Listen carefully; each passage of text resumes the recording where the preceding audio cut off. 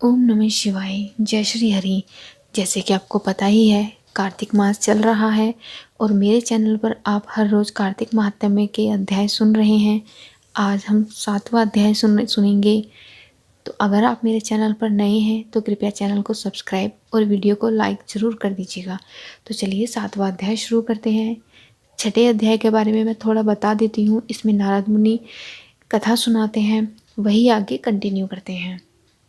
मंगलकारी श्री हरि का सच्चा नाम धियाऊं, कार्तिक मास महात्म्य का 7वां अध्याय बनाऊं।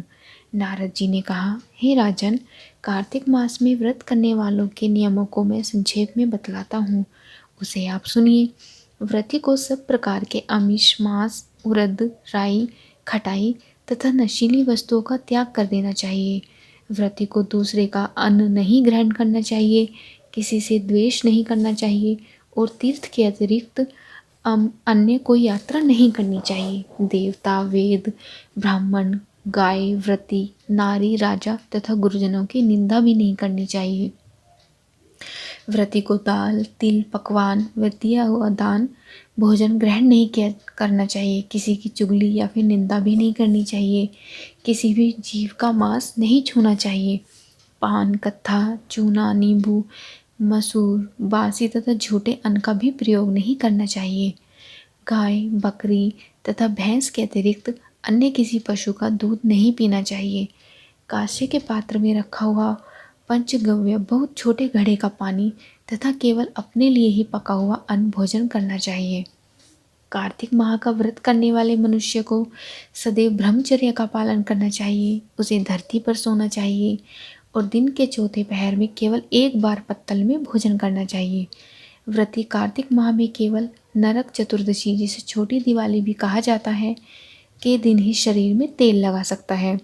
कार्तिक माह में व्रत करने वाले मनुष्य को सिंघाड़ा, प्याज, मट्ठा, गाजर, मूली, काशीफल, लौकी, तरबूज इन वस्तुओं का प्रयोग बिल्कुल नहीं करना चाहिए।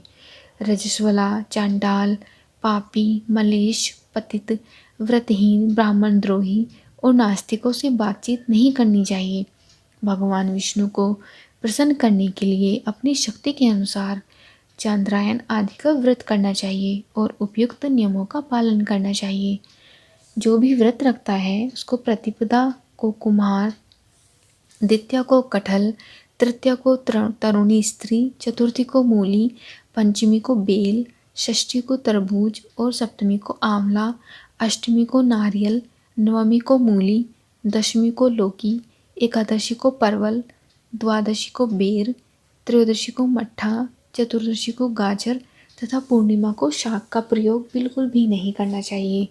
रविवार को आंवले का प्रयोग नहीं करना चाहिए।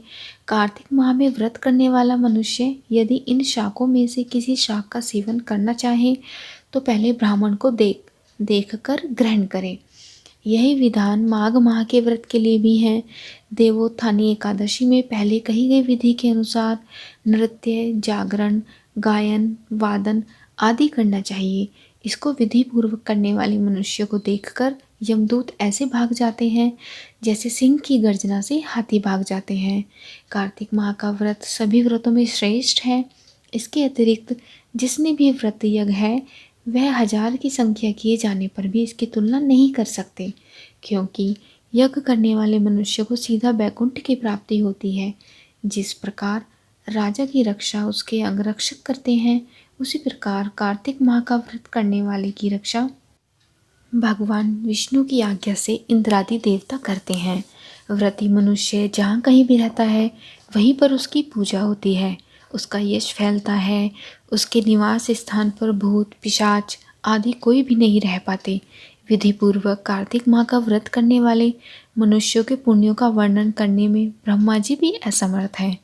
यह व्रत सभी पापों को नष्ट करने वाला, पुत्र पौत्र प्रदान करने वाला और धन धान्य की वृद्धि करने वाला है। नारद जी ने यह कथा राजा को सुनाई। इससे आगे की कथा अगले अध्याय में सुनते हैं। ये अध्याय यहीं पर समाप्त होता है।